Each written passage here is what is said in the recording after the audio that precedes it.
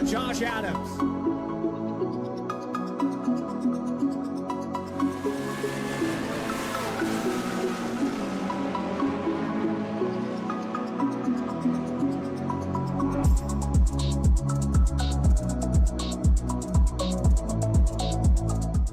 Racing isn't easy, but experiencing it is. iRacing puts you in the driver's seat with the industry's leading sim racing game. Drive on laser scan replicas of the greatest racing circuits from around the world. Go head-to-head against other drivers chosen by skill-based matchmaking to ensure competitive racing at every level. Compete across all your favorite series in officially licensed cars engineered to deliver the most accurate driving experience possible.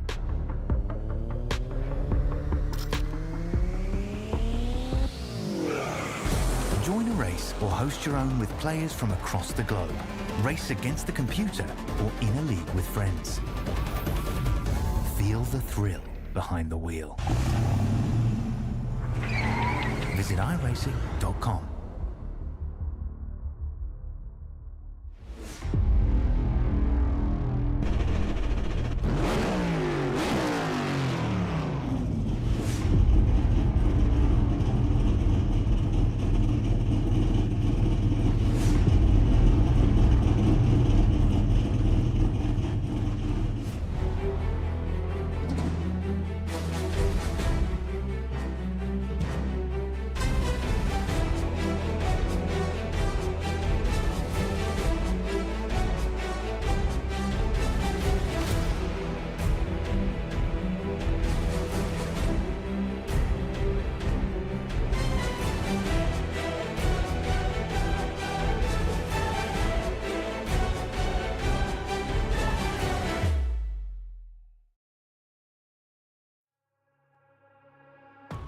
Welcome in, ladies and gentlemen, to another presentation of the iRacing Super Formula B Series.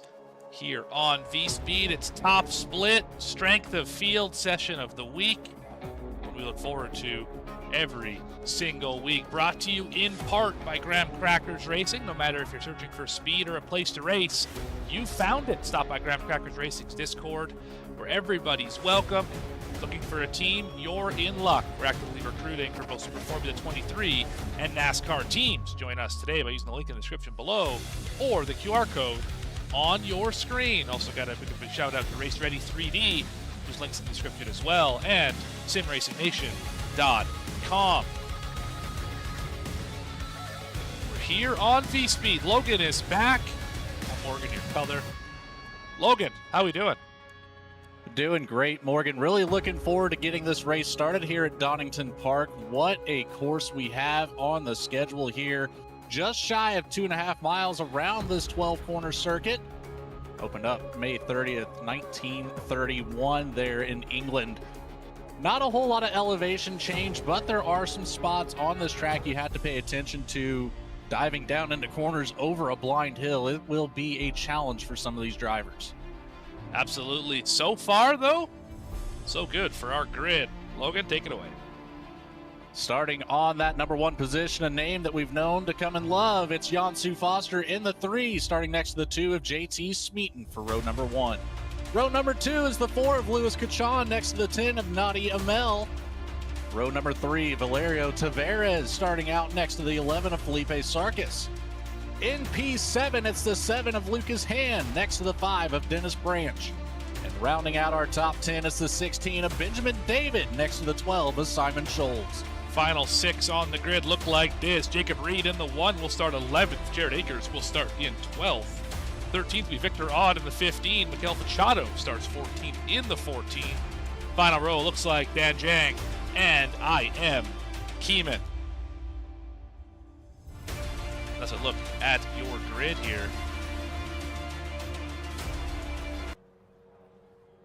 Just about set to get this one underway. Just a few more cars to take the grid. 30 laps on the board. Pit road limiter at 37 miles per hour.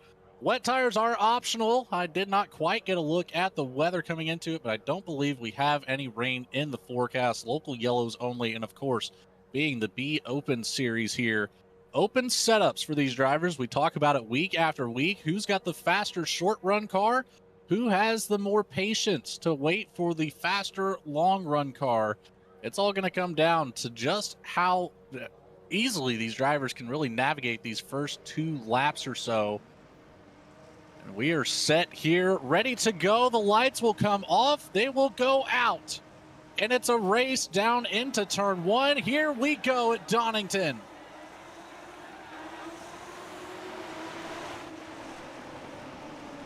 Shoals did not get a good start there.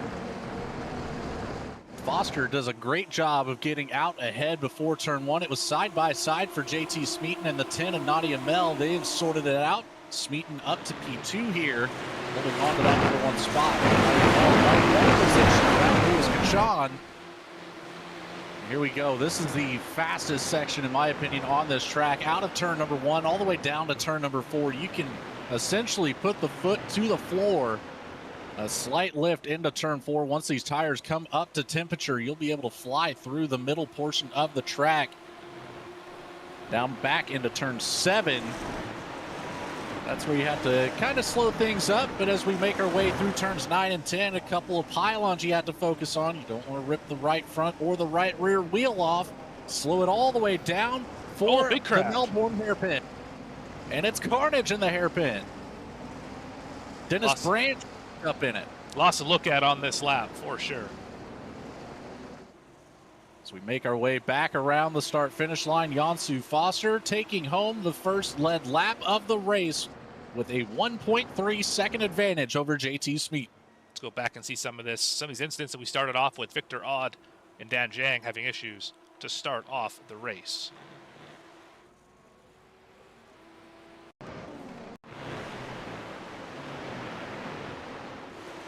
Coming down through turn 8 here. Kind of a long sweeping right-hander. Racing back down to the S's, turn 9 and 10. To the inside, we've got late braking on the outside. Makes it work, but cuts through the pylon. It's likely a slowdown penalty there. Shuffles things around here for the entrance of turn 11. And there's the contact trying to shoot to the inside. Makes a good deal out of it. Not sure what driver that was. 15's already got issues. Sorry, the 8 already got issues here of Dan Zhang. He is elected to leave the session. Looks like things just not going well for him to start the day off. Maybe blew the motor up, actually. Victor Odd, Dennis Branch both wrapped up in it. They will continue on the track. A little bit damage for Dennis Branch to get repaired. Not a whole lot, though. Only 11.5 seconds spent in the box, taking up that 15th position, but it could always become a race of attrition. You could very easily finish in the top 10 as long as you can keep the car out on the racetrack. The 14 of Miguel Fachado saw that car in pit road, now making his way back onto the track.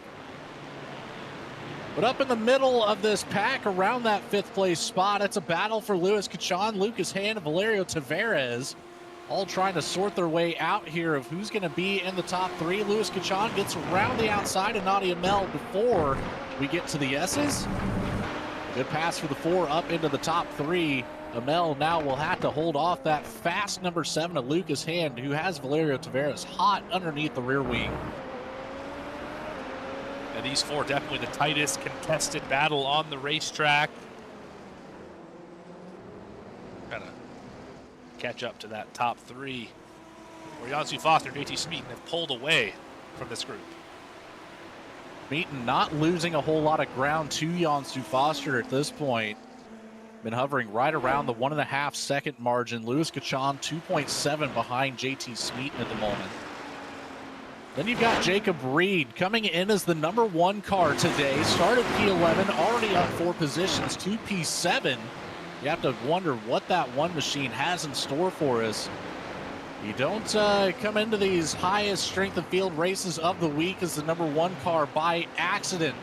Jacob Reed, not a familiar name to me on our Saturday broadcasted races here for the Super Formula B Series, but looking to make his name known by me for sure. Absolutely. Got to also give a big shout out. We missed at the start of the show. Big shout out to Dougie Beard for the cameras provided to us here. Seeing some fantastic shots throughout the racetrack. The ones embedded in the surface right behind these cars. Able to watch these things dive all over this Donington GP Speedway. That drone camera down into the Melbourne hairpin, turn 11. That is a thing of beauty there. Cutting over the inside wall between the track. It's still single filed out for the time being.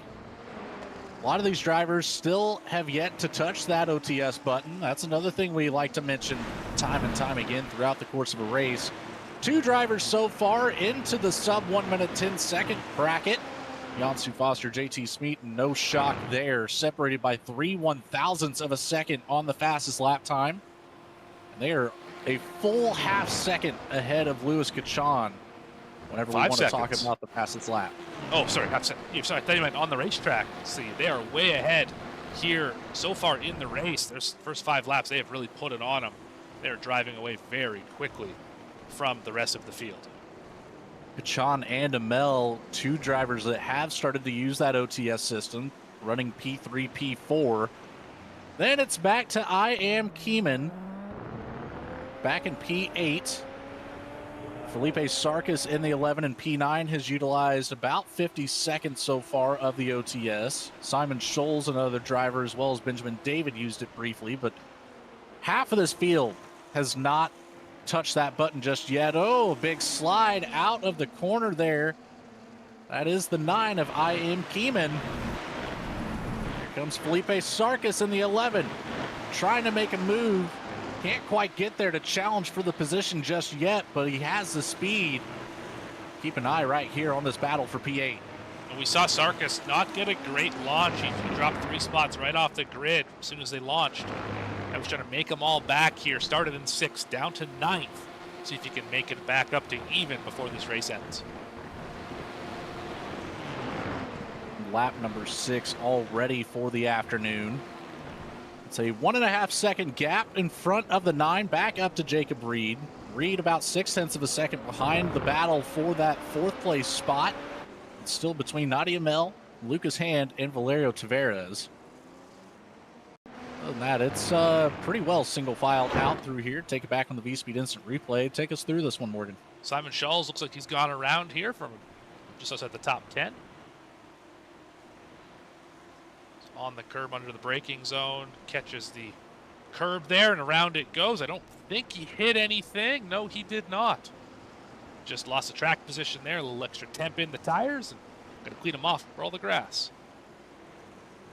Just a little bit of debris there on the exit of the S's. Stay off that right-hand side. It will not be a problem, but keep an eye just in case any of it carried down into the braking zone of turn 11. I think they would have been cleaned off by then, but these drivers will have to keep that in mind. You know, that entrance for turn number 12 after the hairpin, it was one of those sections I was talking about pre-race with you, Morgan. Very difficult portion of the track where if you keep it to the right side, it starts to open back up over a blind hill into a left-hand corner. On board now with Nadia Mel for this corner. Very difficult to gauge just where your braking zone should be. A big slide out of turn 12 for Amel. Saves it, but a challenge immediately to the left-hand side, and will lose that position to Lucas Hand, now up 3 spots to P4. That was quite a save. There was a lot of wheel counter steering that number 10 machine to keep it on the racetrack. We'll go back and look at turn number 12 one more time here when we get back there, but you're exactly right. It's hard to gauge exactly where to take that corner, brake for it, turn in, throttle up, all that stuff. It's just such an awkward corner here at Donington. It's very easy to, enter wide and exit wide and completely kill the drive-off speed that you might have. As we come out of turn 8, back down into the S's, on board once again with Nadia Mel. Hard braking down into the left-hander, swing it back to the right, back on the throttle, all the way down over the hill crest, slight left-hander into the hard right-hand hairpin. Second gear seems to work best for most of these drivers. Back up the hill to the left. And if you miss that braking zone by even just a couple of feet, we saw it last time with Amel. He kind of shot past the braking zone just a bit, came into the corner wide, exited wide. That is what allowed this number 10 machine to spin up those rear tires. This time doing a lot better to keep it closer to that inside, hit the apex very well, and drives off back down the front stretch pretty smoothly. A little bit smoother. Tavares as well as Reed catching up ever so slightly to Nadia Mel, who has lost touch now with Lucas Hand. That gap is just under 2 seconds. So one of the difficult things here about Formula Racing is you have a battle with somebody, it doesn't quite go your way, all of a sudden right out the rearview mirror you have a bunch of other cars waiting to pounce on you, and you can bet that they're not going to take it very easy on you should they get back up to your rear wing.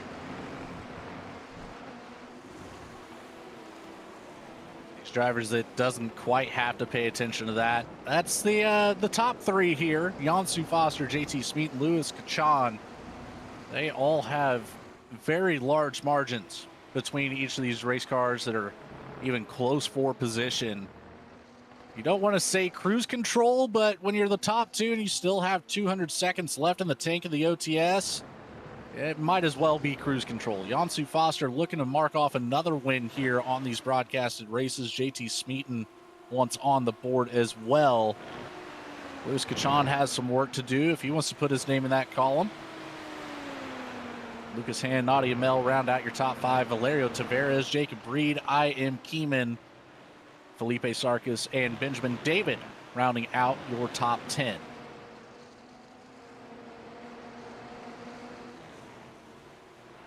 Yeah, 11th running right now, Jared Akers. Victor Odd right behind them. Simon Scholl's still on the racetrack, so is Dennis Branch. Miguel Fachado, last driver running at the moment after a tough start and a pit stop. Dan Zhang has left the session. He's the only car out of the race, currently in 16th position. Started with 16, still keeping 15 on the track here. 1/3 of the way through the race as we make our way back down into turn 12. Starting lap 11 here. The race goes by rather quickly when these drivers are clicking off lap times nearing that 1 minute 8 second bracket. Jansu Foster last time by setting his fastest lap at 1:09.086. That is still 0.3 of a second faster than JT Smeaton's fastest lap time. Last time around was 0.6 faster than the number 2 car. Still just looking to increase that lead as the race goes on. On board now with Jansu Foster. As we make our way down through the S's. We'll keep it on board here for turn 11. Maybe get it all the way through turn 12 and see what kind of a difference we can spot with the 3 machine. Immediately into turn 11, keeping those right-hand tires on the rumble strips to the inside. Not as wide onto the rumble strips into turn 12. Keeps it nice and tight on the inside. And a little bit of a wide exit, utilizing the rumble strips on the outside of turn 12, getting the drive off. And carnage! What has gone on back here? My, oh my, Lucas Hand gets spun around in the 7 machine out of the top 5.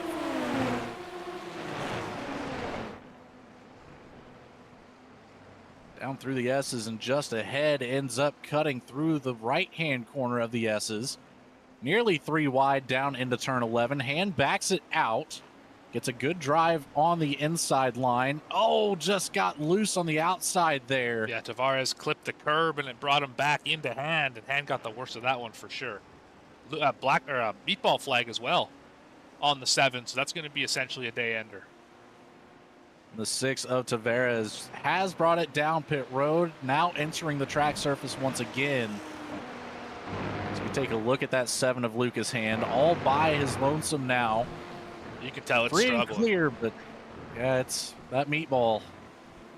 I can't quite tell if it's on the front wing or if it's on the side pod. Through the S's, struggles with that left-hander, it appeared. I think it's suspension-based damage.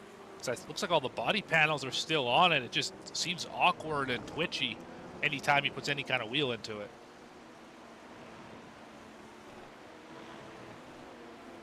Left-hander, turn 12, keeps it wide on the exit, will go by pit road this time.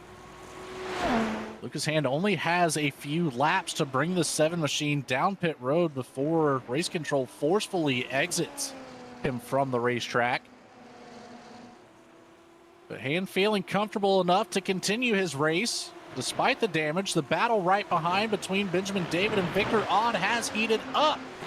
Victor Odd in the 15, running in the 10th spot, took a look to the inside here through turn 3. Right-hand turn 4, where you just have to slightly lift. At least in the practice session, you could almost full throttle that one through 5th gear. The slight lift into turn 4 sets you up well. Swinging back around through turns 5, 6, 7. The right-hander of turn 8 back down to the S's now. It's a very interesting racetrack. It's a great configuration for Donington as the move to the inside. Here it is. Can he make it stick? Victor Odd shoves the nose in, gets driven around the 16 of Benjamin David. And through 12, able to make it stick, extend that lead, or extend that gap by just a little bit more. And they're both going to pass Lucas Hand here in a matter of moments when he either gets black flagged or brings it down the pit lane. So move these drivers effectively up to 8th and 9th here in the race. Simon Scholl's not far behind this at all either, within that 0.6 of a second range. Was about 0.9 of a second before Odd and David got side by side.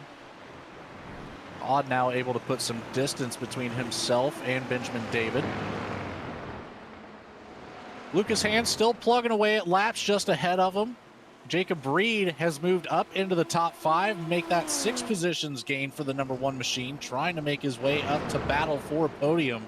I.M. Keeman, the number 9, running P6, up 10 spots.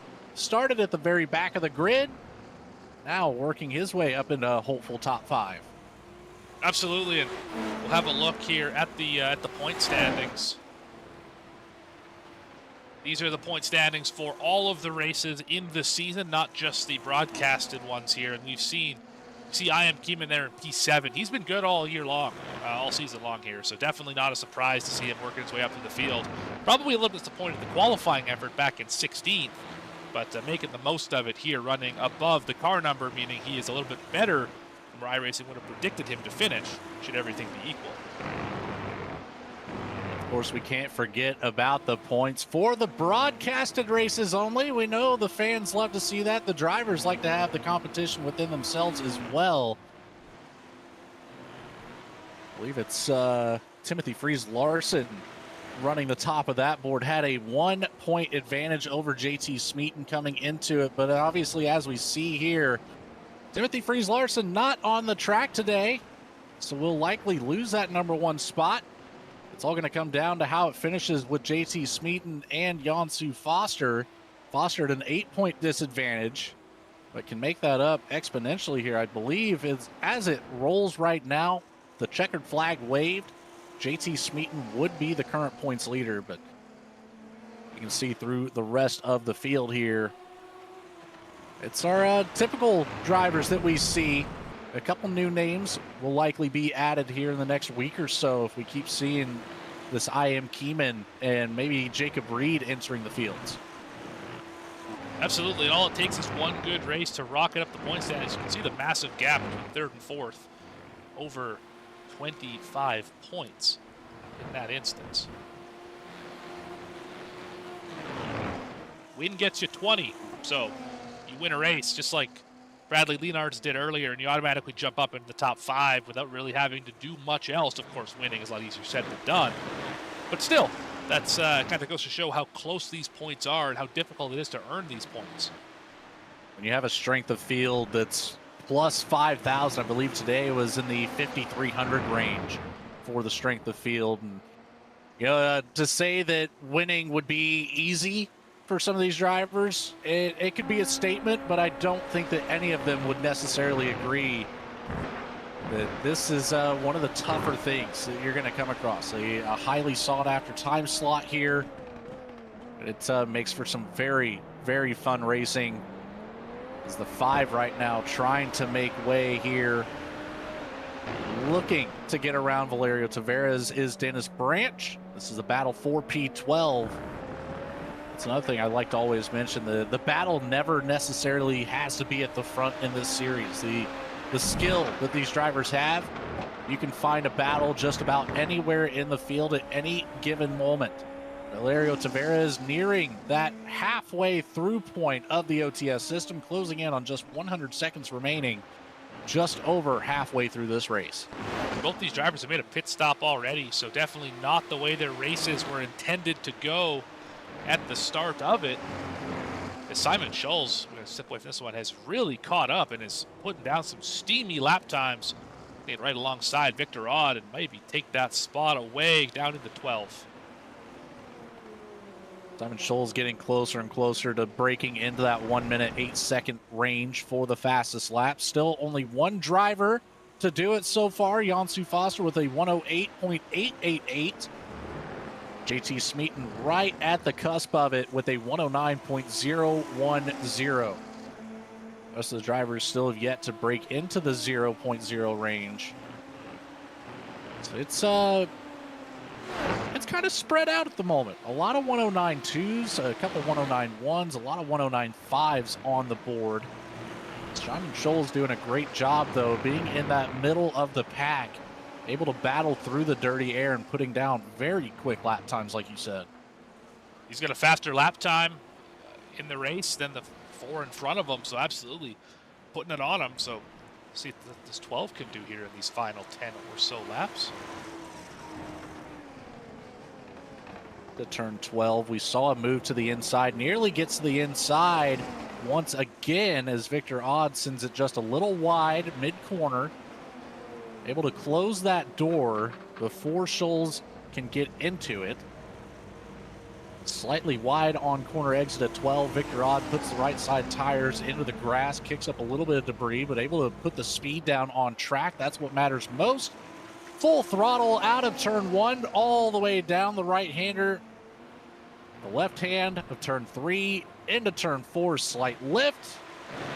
Back on it all the way to turn 7, a very fast portion of this racetrack right here. I always find it just amazing to see these cars stick to the racetrack with so much throttle being applied, so much speed in these cars. See it here, we're up 140, 50 and gaining miles per hour. Go down into the chicane here. Clip the wickets. Good thing that those aren't collision based. Most drivers have hit them today.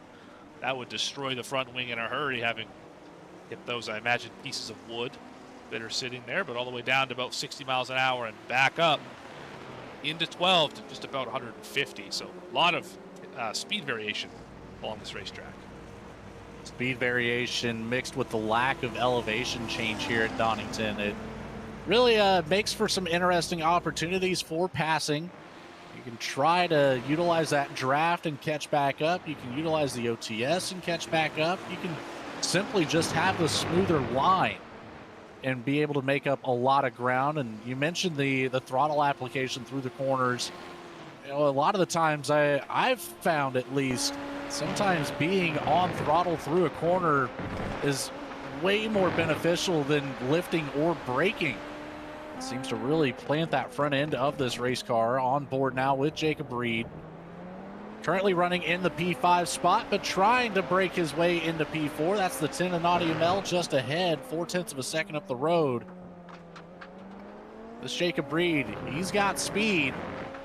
Like I said, the number 1 car, you do not come into that slot by accident. He is showing exactly why. They're the only driver in the field with an iRating over 8,000, which is, again, just a mind-boggling number, all things considered. I think what our iRatings combined multiplied by 4 would just barely touch 8,000, something like that, Logan. But I don't think we're in this guy's league here right now. I think you would have to take my iRating and multiply it by 10 just to even start to scratch the surface of 8,000 iRating. It is an unreal number, and as much as I enjoy these cars, my luck is very lackluster here. On board with Reed still yet through the S's. It seems to be his choice of track portion to really close up the gap. Currently purple through this sector. able to close up that gap to about 0.2 of a second behind Nadia Mel. Mel gets a better run out of turn 11, gets some separation. Late on the brakes for Reed, nearly misses the braking zone. That could have been pretty tragic there if he would have taken out himself and the 10 of Nadia Mel just in the last 10 laps of the race. I have to wonder if that was an intentional move to kind of overdrive the apex and try and diamond the exit of the corner to make that straightaway longer. If that was maybe something he tried to do there and just didn't quite work out for him, but he's kind of been stuck behind Amel for a little while, and we know Amel has been historically not great in 12. We saw that earlier in the race, so maybe just trying stuff, trying to get Amel off his game down in that section of the racetrack. A little bit of head games here in the late runnings. This time by will be 8 laps to go. Jansu Foster has stretched the lead out to over 5.5 seconds over JT Smeaton, 7.3 seconds ahead of Louis Cachan. So the top 3 looking pretty outstanding here. Nadia Mel, Jacob Reed, the closest battle on the track right now. Simon Scholes, Victor Odd keeping it interesting there for P8. Jared Akers also looking to crack into the top 10, getting around the 16 of Benjamin David. Take a look at some of those battles as they start to get a little bit closer. We're screaming down the backstretch into turn 11, looking at the Odd Scholes battle here. Scholes keeping it quite comfortable here, about 0.5 of a second behind Victor Odd. Ready to capitalize, however, if that number 15 makes the slightest mistake on corner exit or misses the braking zone by a couple feet. That gap can close up very, very quickly. Dennis Branch is also trying to rejoin the battle with Valerio Tavares for P12. Other than that, it's pretty spaced out throughout the field. Anywhere from 1.5 seconds to 8 seconds separating some of these drivers.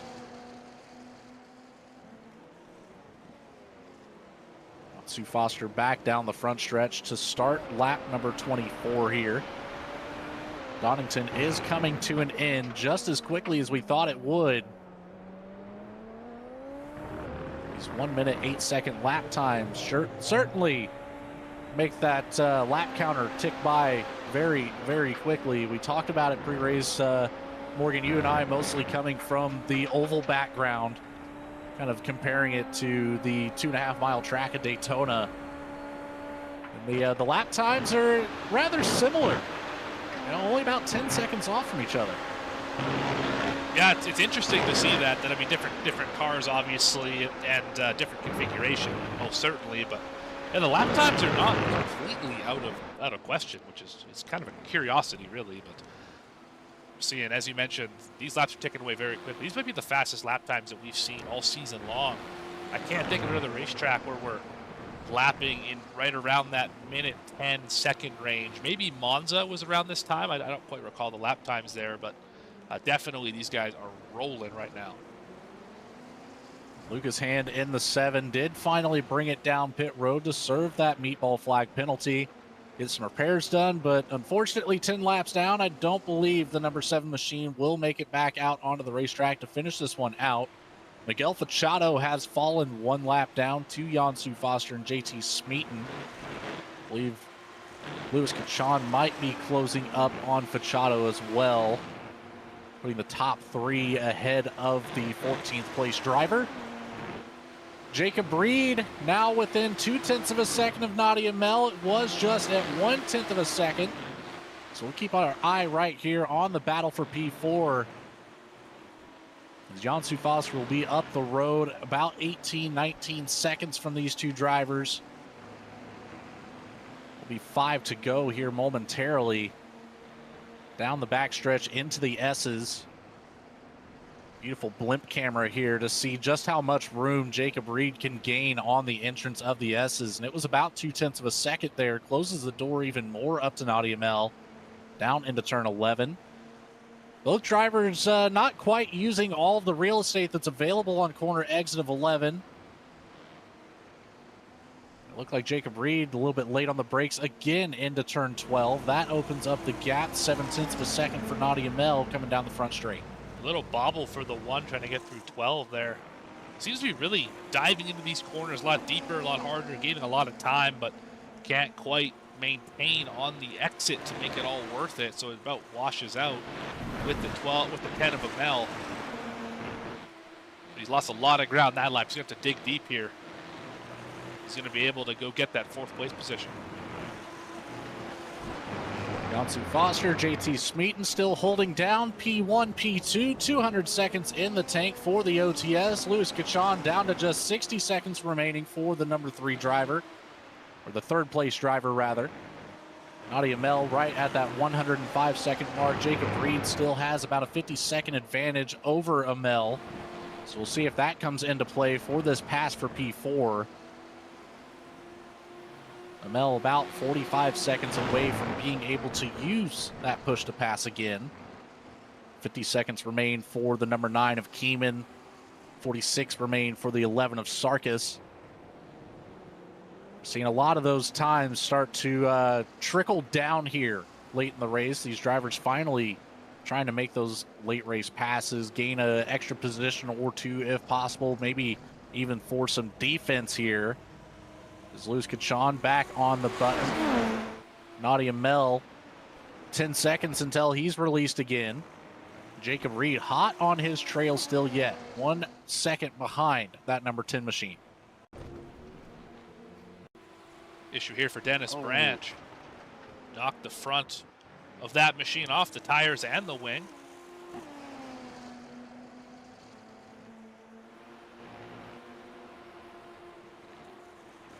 Abrupt race end for the 5 machine.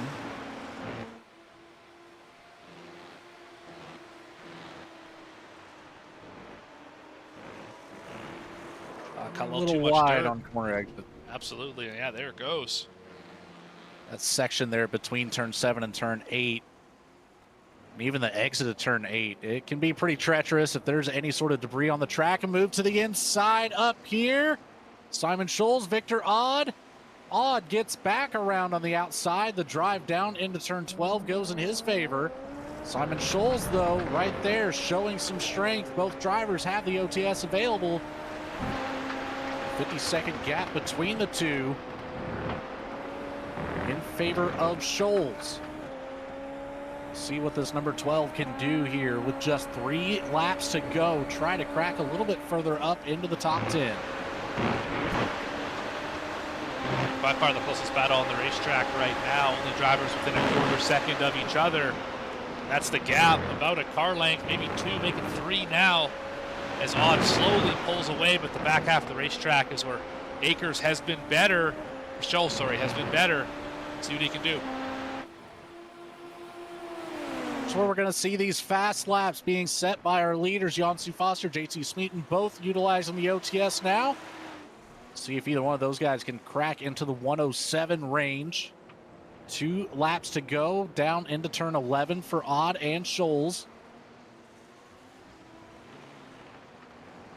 Victor Odd doing a fantastic job of defending against Scholes right now. A little wide on entry of turn 12, but it plays out all right.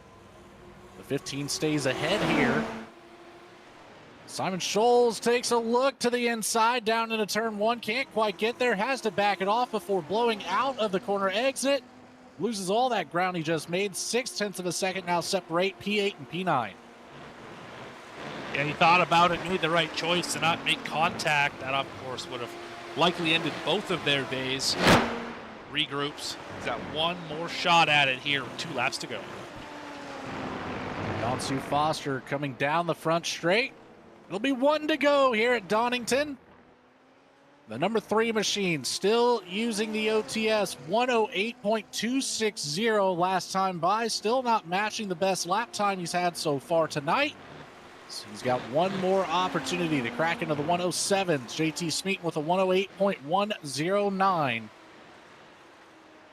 He's got momentum on his side, but 6.5 seconds behind. Jansu Foster will not be enough to make it up. The 3 of Foster looking to make another race win here on the broadcasted races. That will be number 3 on the season. Down through the S's for the last time tonight. Throttled back up to turn 11. A smooth hairpin for Jan-Sue Foster. One more left-hander to go.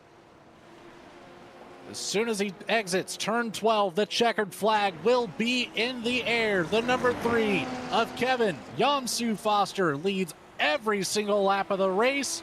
Spectacular fashion for Foster once more here at Donington. And he did get that 107 second lap time as well. Breaks into it hard too, 107.791. The only driver to do so. JT Smeaton very close with a 108.029, however. It would have been really cool to see those two duke it out maybe side by side there for the final few laps. But Foster just always finds a way to separate himself from the rest of the field, drives away with it. 6.661 seconds ahead of JT Smeaton for P2. 20.20 seconds ahead of Louis Cachon for P3. Absolutely, Jan-Sue Foster put it on him once again here today. A few drivers yet to cross the start finish line. That's how big the lead was for Foster. David just crossed our finish line. Last car we're waiting on is Valerio Tavares. He's crossed our finish line. Now we can get into those results. Well, we saw it live and we talked about it. Kevin Jan-Sue Foster, the number 3, claims number 3 of the broadcasters races here. The number 2 of JT Smeaton rounds it out here in P2. Louis Cachon with the number 4 finishes out our top 3 with a podium position. Nadia Mel in the 10 takes home P4 with a great battle with Jacob Reed, held him at bay. The number 1 car finishes out in P5 behind Nadia Mel. Behind Jacob Reed, it's I.M. Keeman in the number 9 machine, taking home P6. A fantastic showing for him, up 10 spots, our biggest mover of the race. Felipe Sarkis in the 11 takes home P7 on the night. Victor Odd and Simon Scholes hold on to both their spots. Odd did a great job of defense here late in the race on the number 12, P8 and P9 for those two drivers. And last but not least, in our top 10, it's the 13 with the quiet night, Jared Akers rounding it out. Finishing 11th here tonight, Benjamin David in the 16 will bring it home in 11th spot here. Valerio Tavares brings it home in the 12th position.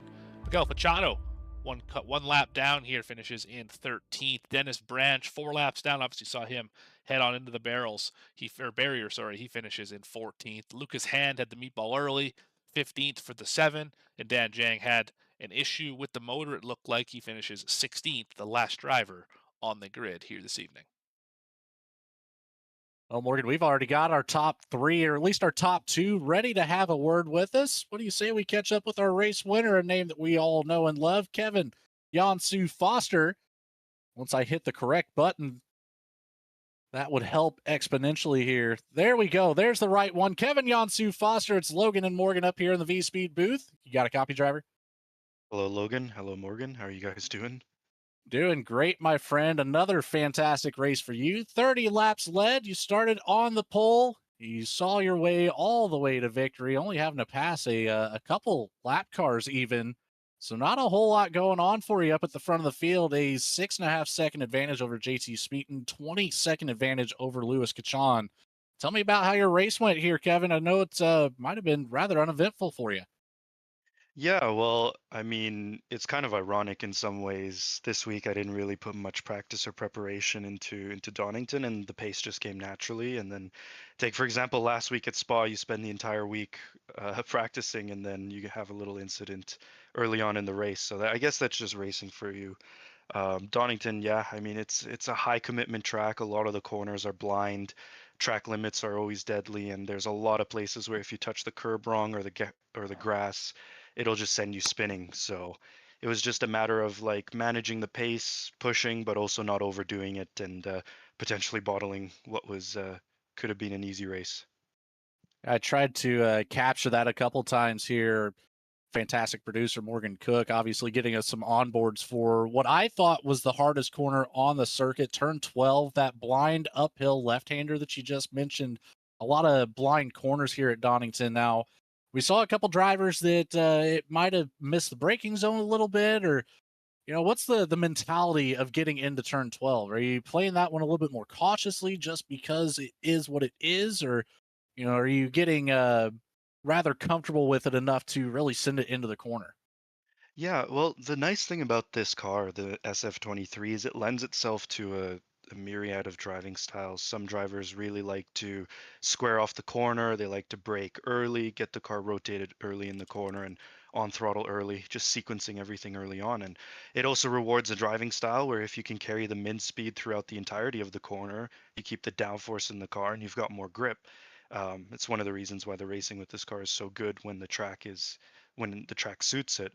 So yeah, you could get this effect where some drivers are braking early and that's their natural braking point, and some are braking later, and you kind of have a little bit of a bobble. But it really just comes down to like what you're comfortable with. A lot of different drivers will attack that same corner 10 different ways, and all of them will be within a hundredth of a second from point A to point B. Really puts the advantage in the seat rather than on the track. But Kevin, you did a fantastic job once more. I think this is probably your second race win that you led every single lap of the race, making it number 3 on the season. Who do you have to say thanks to for your success here at Donington, taking home yet another race win? As always, got to thank my family and friends. My girlfriend is watching, my dad is watching, so as always, that kind of gives me the motivation to do the best that I can. From the sim racing side, got to thank Alan, Daniel, everybody at SRN, and to Mass Simon for always whipping up these mega fast setups. Awesome. Well, congratulations once more. Kevin Foster, get to celebrate, my friend. We will see you next week. Yeah, thank you guys. Thank you, Logan. Thank you, Morgan. And yeah, we'll catch you next week. Kevin Foster, everybody, the number 1, or rather, the number 3, taking home race win number 3. Morgan Cook, I believe you've caught up with our second place finisher now. That's JT Smeaton joining us in the booth. JT Smeaton, Morgan, and Logan up in the booth. You got a copy. Hello. All right. Well, solid run today. Started second and ran second the entire day. Just didn't quite have the pace of Jansu Foster. Anything you could have done? Is there a specific place that he was getting you consistently that you kind of noticed on the racetrack here? Yeah, that's a good question. Yeah, first off, great win by him. He's had some pretty poor luck recently, so yeah, he's definitely guaranteed to win at some point. Yeah, he had some really good pace, but yeah, just at the top of the hill, through the high speed, he was getting about 1 to 2 tenths a lap. I felt like I gained a tiny bit in the chicane, but yeah, it varied from lap to lap. But overall, he had some really good pace. Gotcha. Well, you mentioned him having a string of bad luck. That bad luck and Larson not showing up today means you're more than likely to be the points leader for the broadcasted races as we move forward into next week. How important is this championship for you to be able to come here to the highest strength of split races or strength of field races, sorry, and produce week in and week out? Yeah, I mean, it means a lot, you know. I mean, I really respect these guys. They're really talented, fast guys. Yeah, just to even be fighting at the front with them is really means a lot. But yeah, we'll see what the season holds. I haven't been maybe the fastest over the course of all the races, but yeah, just been trying to stay consistent, stay out of trouble, and pick up some results. And a little bit of insight for our fans as well. How often would you say you prepare for these races here on the Saturday afternoons? How many officials do you run a week? How much time you spend in test sessions? Maybe it's a number of laps. Kind of what does your week look like for preparation for this event? Yeah, so it varies from week to week, of course. This week I had to practice a lot more. I did get in a good 4, 5 races this week because this track is a track that I haven't driven around before this week. So I had to definitely put in some more practice to learn the track. This track's tricky because there's a lot of blind corners and they're high speed. So especially at the top of the hill, you're really forced to guess where the apex is. So just learning the corners, you know, the camber and the wind also played a very big factor in this race. These cars are very wind sensitive, so the wind this race wasn't as strong as it has been throughout the week. So the car was definitely more controllable. But yeah, those are all factors that add up. So definitely need to put in some more practice to get used to those things. Absolutely. But I mean, great second place run here today, JT. And who do you want to thank? Who do you want to shout out for what was a fantastic run here today? Oh yeah, just want to give a big shout out to my family and friends for always supporting, and you guys as well. Of course, always look forward to watching this broadcast back. And yeah, Awesome. Well, thank you for your time, JT. And once again, congratulations on second place here today. That is second place finisher, JT Smeaton. thank you guys. Take care.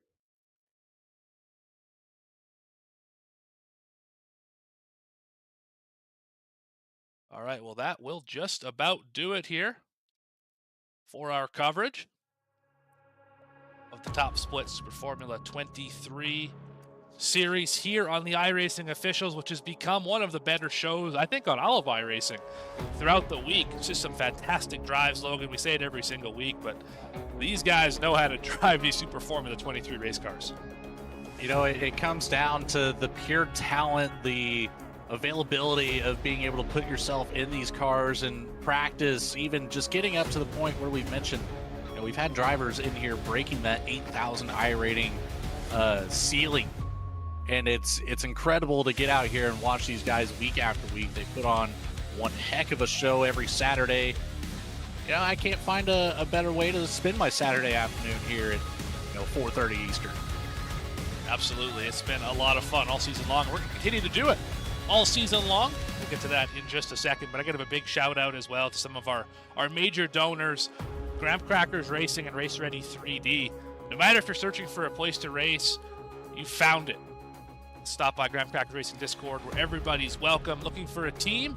You're in luck. Actively recruiting for both Super Formula 23 and NASCAR teams.